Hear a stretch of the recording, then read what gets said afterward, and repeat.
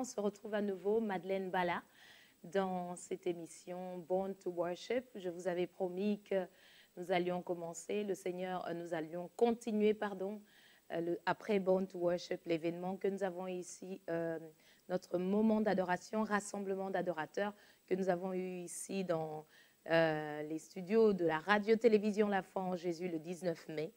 Je vous parlais et je vous disais que nous allions peut-être continuer sous d'autres formes, toujours à partager autour de l'adoration, à partager autour de l'amour de Dieu, à partager sur la joie d'être en Jésus-Christ et partager la vie de Dieu. Et nous sommes en fait en train de commencer une série que nous voulons appeler l'adoration, un style de vie. Donc nous allons continuer avec notre émission appelée Born to Worship. Et quand nous serons proches de notre prochaine édition, la 4e édition, qui, je vous le rappelle, a été demandée pour la fin de cette année, c'est en préparation, restez branchés, vous saurez très bientôt quand ce sera. Et donc quand nous serons près de cette édition-là, alors nous ferons des émissions spéciales où nous serons encore à nouveau en train de nous préparer à venir nous rassembler pour adorer le Seigneur.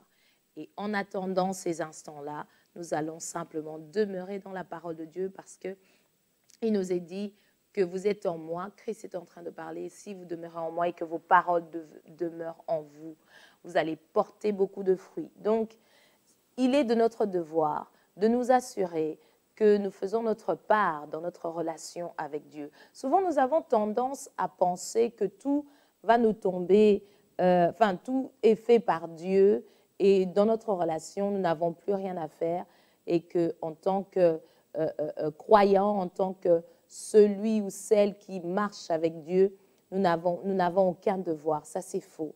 Nous avons des droits en tant qu'enfants de Dieu, fils de Dieu, quand nous recevons Jésus-Christ comme Seigneur et Sauveur.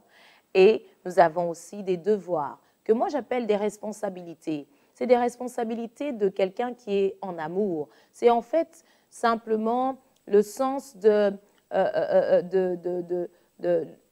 sens de la responsabilité enfin, ce que je veux expliquer, c'est que nous avons besoin de comprendre que notre relation avec Dieu s'entretient. J'étais en train de l'expliquer ici la fois dernière, que deux personnes qui sont en amour, s'ils n'entretiennent pas leur relation par des petits détails, des petits mots d'attention, des actes d'amour, ça va périr. Leur relation est en péril. Donc, c'est notre devoir de nous assurer que nous manifestons la vie de Dieu. Nous qui avons reçu la nature de Dieu, la vie de Dieu, la Zoé de Dieu, quand nous avons accepté Jésus-Christ comme Seigneur et Sauveur, il est de notre devoir de nous assurer que nous gardons l'atmosphère de gloire qu'il y a autour de nous afin que d'autres personnes reçoivent la vie de Dieu. Comment est-ce que c'est possible? Par la prière et par la méditation de la parole, parce que nous sommes nés de la parole de Dieu. Nous sommes nés de Dieu et Dieu nous a parlé au travers de ses serviteurs qui ont marché avec lui et nous avons reçu ces paroles des apôtres, nous avons reçu ces paroles, des récits de ceux-là qui dans l'Ancien Testament ont marché avec Dieu. Nous avons reçu des exemples de vie, des exhortations, la doctrine qui nous aide à être fondés dans la parole. Nous avons reçu tout ça. Il est de notre devoir de nous assurer qu'au quotidien, nous recevons l'amour de Dieu, la vie de Dieu, et nous sommes prêts à la manifester. Pourquoi je dis nous recevons l'amour de Dieu? Parce que très souvent, nous pensons qu'il nous suffit d'accepter Jésus-Christ comme Seigneur et Sauveur, et tout va bien. Ça veut dire que Dieu nous aime, oui, c'est vrai. Nous marchons en nouveauté de vie, oui, c'est vrai. Mais très souvent, je le partageais ici la fois dernière, nous marchons avec une mentalité qui n'a pas été renouvelée. Romains 12, verset 1 à 2, l'apôtre Paul est en train de nous expliquer et dit que nous puissions offrir, j'aime toujours lire en contexte, excusez-moi, parce que ce sont des passages que j'ai en tête, mais quand je les relis, ça me fait toujours beaucoup de bien. Et la vie de Dieu pénètre mon cœur encore et encore. Je vais lire Romains chapitre 12 pour nous tous. Si vous avez vos Bibles, s'il vous plaît, lisez avec moi. Dans Romains chapitre 12, versets 1 à 2. « Je vous exhorte donc, frères, par les compassions de Dieu, à offrir vos corps comme un sacrifice vivant, saint, agréable à Dieu, ce que sera de votre part un culte raisonnable. Ne vous conformez pas au siècle présent, mais soyez transformés par le renouvellement de l'intelligence, afin que vous discerniez quelle est la volonté de Dieu, ce qui est bon, agréable et parfait. » Donc, il y a un devoir de la part de celui qui a reçu Jésus-Christ comme Seigneur et Sauveur. Il y a un devoir de la part de l'adorateur de garder son cœur, de garder ses pensées, de garder son corps, afin qu'il soit, qu'il soit disponible pour le Saint-Esprit.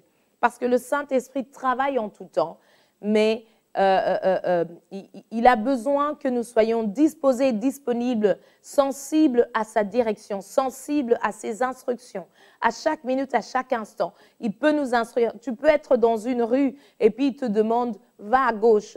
Ne va pas à droite. C'est peut-être parce qu'il y a une âme à gauche qui a besoin de recevoir la vie de Dieu. C'est peut-être parce qu'il veut te garder d'un accident à droite. Nous avons souvent tendance à ne pas considérer ces instructions, et c'est comme ça que les circonstances nous enseignent au lieu que ce soit le Saint-Esprit qui nous conduise. Dieu nous a donné son esprit. Jésus-Christ a dit à ses disciples, « Je ne vous laisse pas orphelins, je ne vous laisserai pas seul. Il est avantageux pour vous que je m'en aille. Quand je m'en irai, le Saint-Esprit viendra. Si je ne m'en vais pas, le Saint-Esprit ne viendra pas.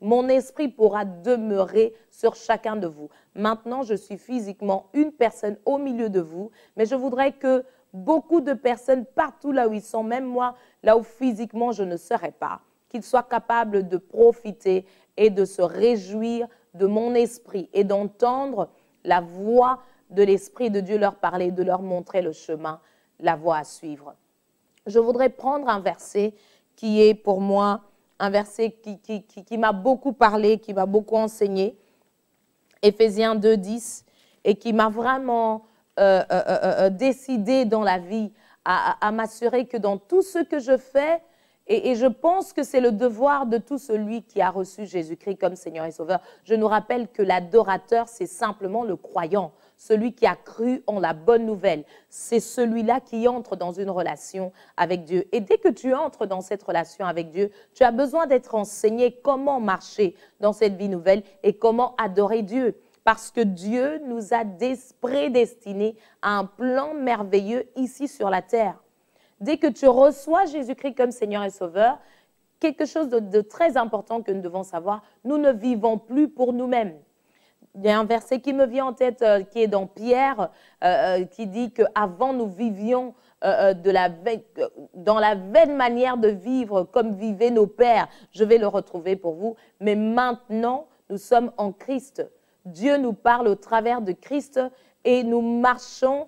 Nous avons donné notre vie à Christ. Nous avons disposé nos cœurs, disposé nos vies, disposé nos corps à ce que le Saint-Esprit de Dieu, l'Esprit de Christ, nous conduise dans le chemin que Dieu veut nous conduire ici bas sur la terre, pour que beaucoup de ceux-là qui ne connaissent pas encore Dieu reçoivent la vie de Dieu, ou bien simplement autour de nous, un frère qui est découragé puisse recevoir l'encouragement, et être fortifié encore à continuer à marcher avec le Seigneur.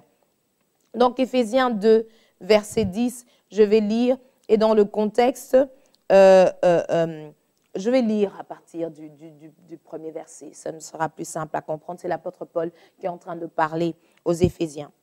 Il dit ceci. « Vous qui étiez morts par vos offenses, verset 1, et par vos péchés dans lesquels vous marchiez autrefois. » C'est la même pensée qui revient dans 1 Pierre. « Selon le train de ce monde, selon le prince de la puissance de l'air, de l'esprit qui agit maintenant dans les fils de la rébellion. Nous tous aussi, nous étions de leur nombre et nous vivions autrefois selon les convoitises de notre chair. » Autrefois, ça veut dire avant d'accepter Jésus-Christ comme Seigneur et Sauveur. « Accomplissant les volontés de la chair et de nos pensées. Et nous étions par nature les enfants de colère, comme les autres. » J'étais en train je voudrais juste m'arrêter quelques secondes ici pour dire que j'étais en train d'expliquer une fois en donnant l'exemple du royaume de Belgique et du royaume d'Angleterre, disant que j'ai eu le privilège de vivre pendant un temps aussi dans le royaume d'Angleterre et de voir la différence, surtout pour ceux-là qui conduisent. Il y a une constitution, une manière de fonctionner qui régit en Angleterre et qui régit en Belgique. Ce sont des deux manières différentes. Donc, si nous emportons la constitution belge en Angleterre, ça ne va pas fonctionner parce qu'ils ont décidé ils ont décidé des règles de fonctionnement selon ce qu'ils ont prescrit et les conducteurs doivent suivre une certaine direction en Angleterre qui est différente d'ici. Ça veut dire quoi? Que nous avons été transportés du royaume des ténèbres à son admirable lumière, au royaume du Fils de son amour. Colossiens chapitre 1, versets 12 à 14. C'est pour ça que Romains 12, 1 à 2 nous dit que nous avons besoin d'offrir nos corps et d'être transformés par le renouvellement de l'intelligence, demeurer soumis au Saint-Esprit, au travers de l'enseignement de la parole de Dieu pour que nous soyons transformés à comprendre comment le royaume de Dieu fonctionne. Avoir la mentalité de Christ, avoir la mentalité du Fils de Dieu. Parce que nous marchions selon la vaine manière de vivre de nos pères. C'est ce que l'apôtre Paul est en train aussi d'expliquer ici. Il dit, autrefois, selon les convoitises de notre chair, accomplissant les volontés de la chair et de nos pensées.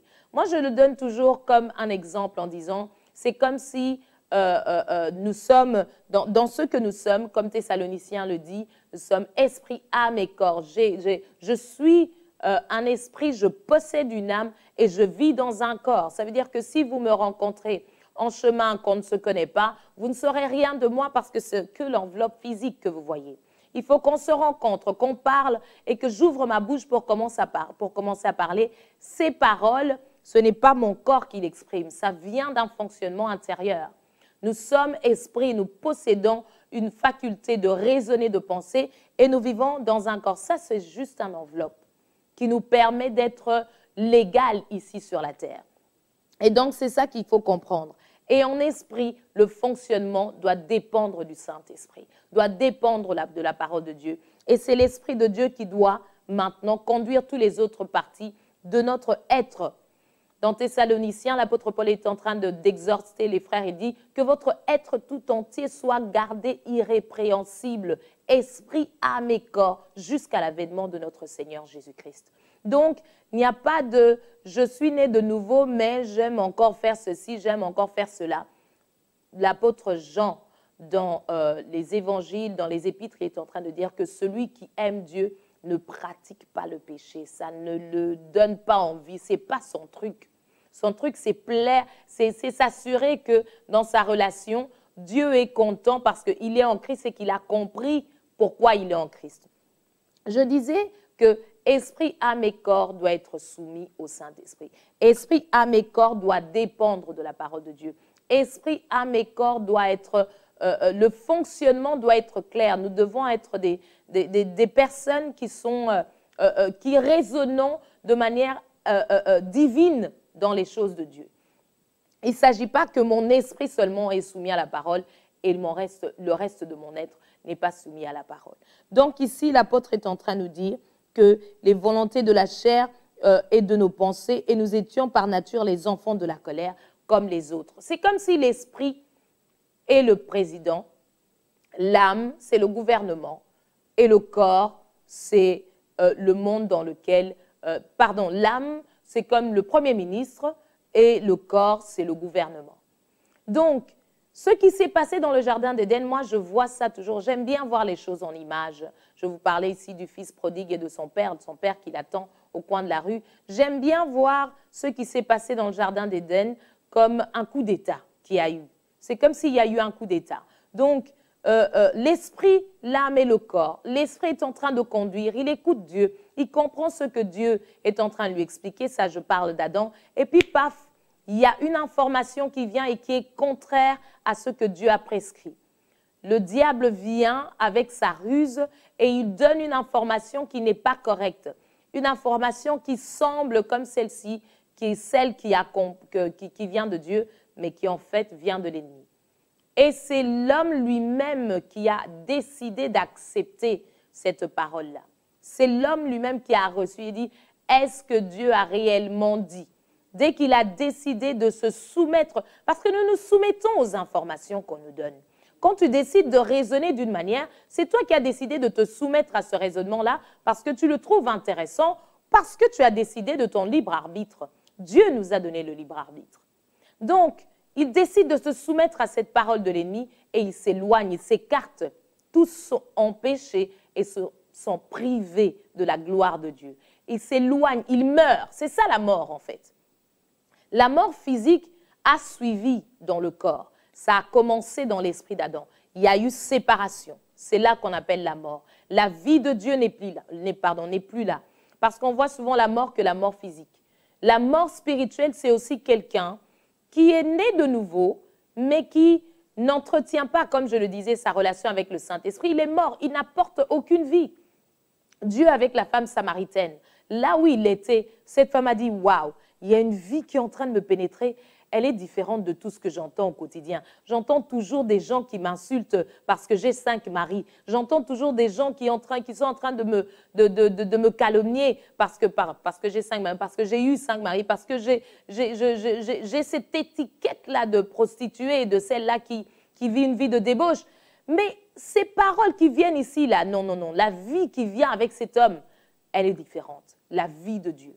Donc, l'enfant de Dieu, le Fils de Dieu, celui qui a reçu Jésus-Christ comme Seigneur et Sauveur, partout là où il est, la lumière de Dieu doit éclater. La lumière, la gloire de Dieu doit se répandre au travers de nos paroles. Même sans parler. Des fois, je me souviens, il y a très longtemps, dans mes prières, je disais, Père, j'aimerais que je n'ai même pas à ouvrir ma bouche, que ta vie se répande autour de moi, d'une manière comme une autre, que l'on sente que tu es là, quand je passe, quand je marche, parce qu'il ne s'agit plus de moi, il s'agit de toi. C'est très souvent ce que nous oublions. Et nous marchons ici sur la terre comme monsieur tout le monde. On va au travail, on revient, on mange, on dort, on se réveille, on va au travail, on revient, on s'occupe des enfants si on a des enfants, on fait des projets de vie et on dort. Je suis né de nouveau, ma vie ne m'appartient plus. Donc je parlais de ce coup d'État. Esprit, âme et corps. Qu'est-ce qui s'est passé?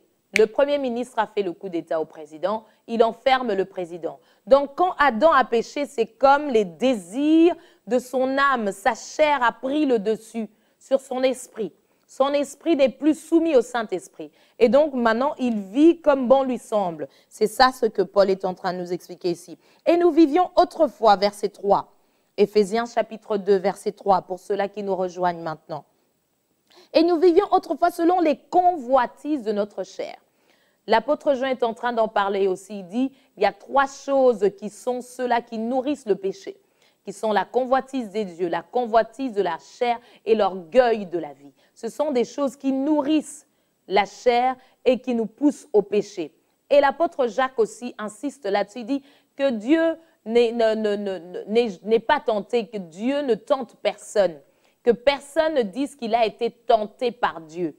Souvent, on te dit, oh Ezaki, je suis en train, excusez-moi, je parle dans ma langue maternelle, ça vient tout seul. Hein. J'étais en train de dire, oh non, c'était vraiment une épreuve qui est venue, c'est Dieu qui m'a mis à l'épreuve. Attention, attention de très vite citer Dieu dans les choses qui nous arrivent. Nous sommes rapides à citer le nom de Dieu. C'est Dieu qui m'a mis à l'épreuve. Dieu ne nous met pas à l'épreuve. Quel est ce père qui, pour éduquer son enfant, va le pousser à aller mettre la main sur la plaque, sur une plaque chauffante et dire, tiens un peu, tu vas sentir comment c'est chaud. Ce n'est pas biblique. Beaucoup de choses que nous avons reçues ne correspondent pas à ce que l'amour de Dieu nous explique. Parce que nous avons vécu ces choses-là dans nos familles, selon nos origines, et nous avons calqué cela sur la parole de Dieu. Non, Dieu n'est pas ce Père-là qui nous enseigne au travers des circonstances et souvent des circonstances difficiles. Dieu est celui qui nous reprend, il nous reprend au travers de sa parole. Je vais vous expliquer ici que le Saint-Esprit ne vient pas nous condamner. Le Saint-Esprit vient témoigner en nous que nous sommes enfants de Dieu. Il nous rappelle par amour et douceur, il nous dit non, ça ce n'est pas ta nature. Toi ta nature c'est l'amour. Toi ta nature c'est te garder de ces choses. Ça c'est pas ta nature. Le péché c'est une question de nature. Nous n'avons pas saisi certaines choses. Il dit selon les convoitises de votre chair accomplissant les volontés. de la chair et de vos pensées. Il y a eu coup d'État. Il y a eu coup d'État. L'âme maintenant se réjouit, dit c'est moi maintenant qui gère ici. L'esprit, toi tu vas rester au cachot. Il met le président au cachot. Il met l'esprit au cachot. L'esprit qui est censé être connecté avec le Saint-Esprit, recevoir la vie de Dieu et pouvoir marcher dans le plan que Dieu a préparé pour nous d'avance. C'est ce verset-là auquel je voulais arriver, le verset de référence. J'ai dit tout à l'heure, Éphésiens 2:10, car nous avons été créés en Jésus-Christ pour des bonnes œuvres que Dieu a préparées d'avance afin que nous les pratiquions. Pour les pratiquer, il faut être disposé dans un état où tu es sensible à ce que le Saint-Esprit dit. Dieu parle en tout temps. Dieu a parlé au travers de sa parole. Nous sommes ses enfants. Nous pouvons entendre le son de sa voix. Nous avons cette capacité-là surnaturelle parce qu'il est esprit. Nous avons cette capacité-là naturellement, je veux dire, parce que nous sommes en Christ. Car nous sommes son ouvrage, nous sommes l'œuvre de Dieu lui-même. Simplement, Dieu fonctionne avec son esprit au travers de nous et il nous explique comment marcher et il nous explique comment évoluer. Il nous explique, j'ai tel projet, j'aimerais bien que tu ailles en Indonésie. Et toi, tu es là, Indonésie, moi je suis né en Afrique. Qu'est-ce que je dois aller faire en Indonésie? Tes pensées n'ont pas été renouvelées. Tu n'as pas compris que tu n'appartiens plus à toi-même. Tu n'as pas compris encore. En fait, ta mentalité n'a pas encore capté bien que tu es maintenant.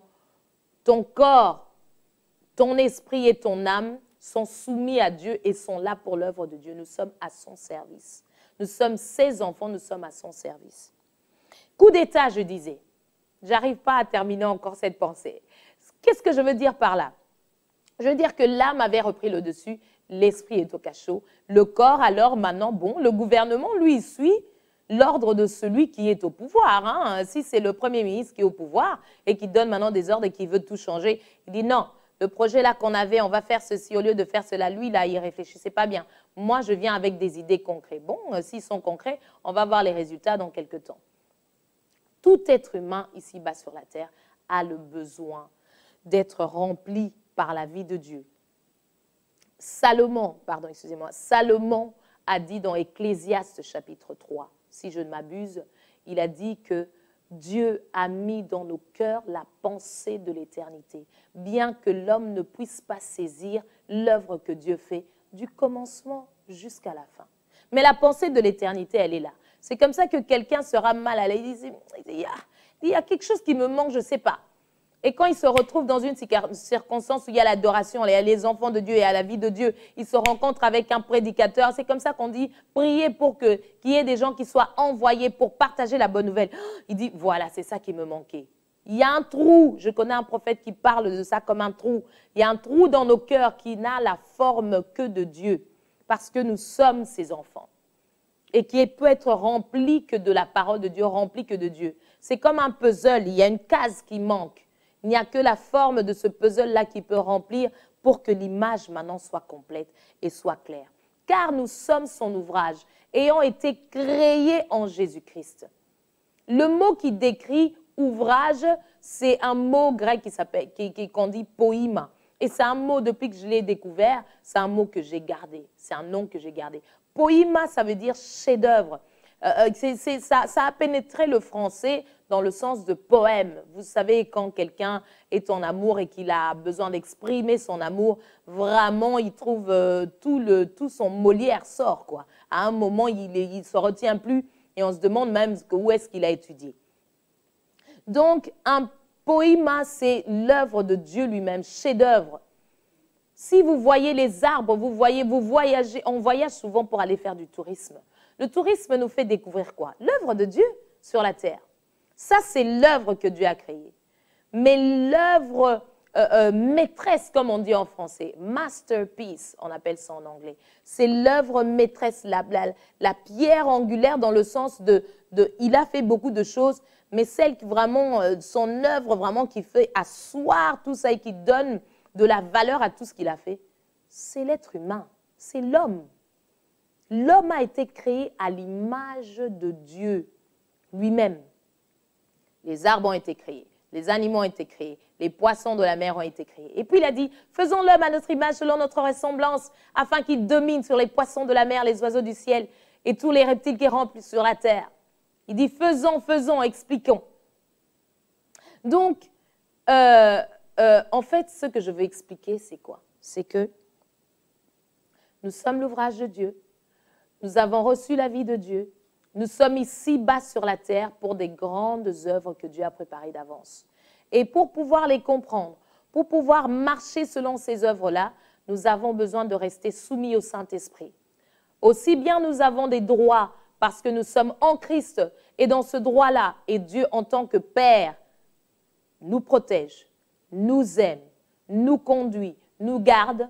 En même temps, nous, en tant que des fils responsables, nous avons le devoir de nous entretenir, d'avoir une relation vraiment mon pied, ton pied, ma main, ta main, comme on dit souvent en langage populaire en français, avec le Saint-Esprit. Parce que l'Esprit de Dieu qui nous conduit et qui va nous montrer comment marcher dans cette destinée-là que Dieu a préparée d'avance, la prédestination, dans cette vie nouvelle. Le christianisme, ce n'est pas comme entrer dans un club. C'est pour ça que j'ai appelé cette nouvelle série « L'adoration, un style de vie ». L'adoration, sachant que le croyant, c'est l'adorateur. Et donc, il a un style de vie. Son style de vie est dans la parole. Son style de vie dépend de la parole.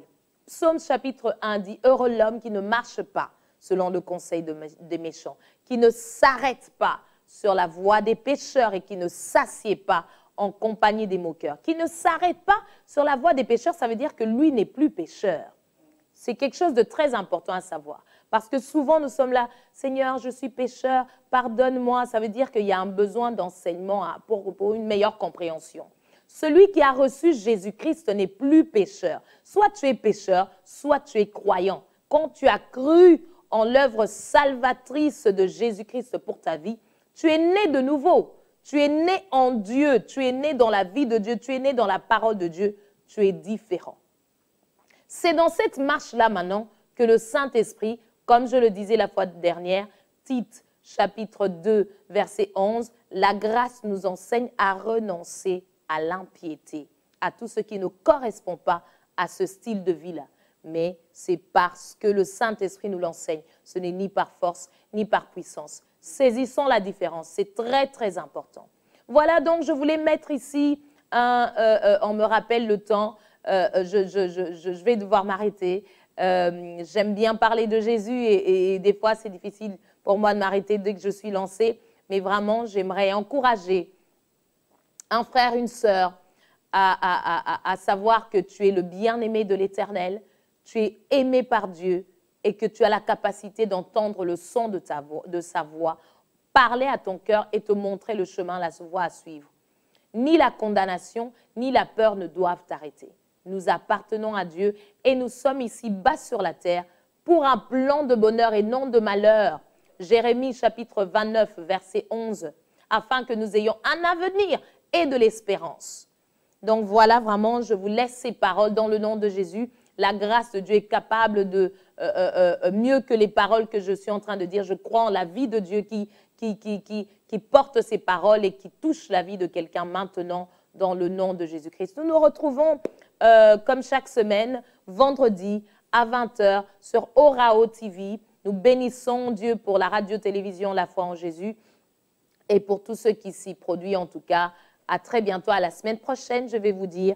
Et nous allons continuer avec cette pensée, l'adoration, un style de vie.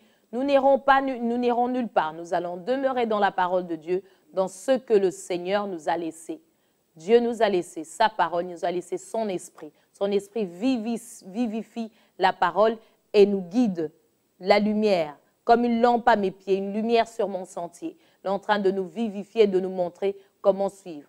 Et nous marchons en vainqueur.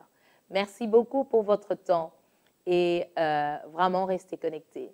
Je vous bénis dans le nom de Jésus. C'était Madeleine Bala. À très bientôt. Au revoir. Merci.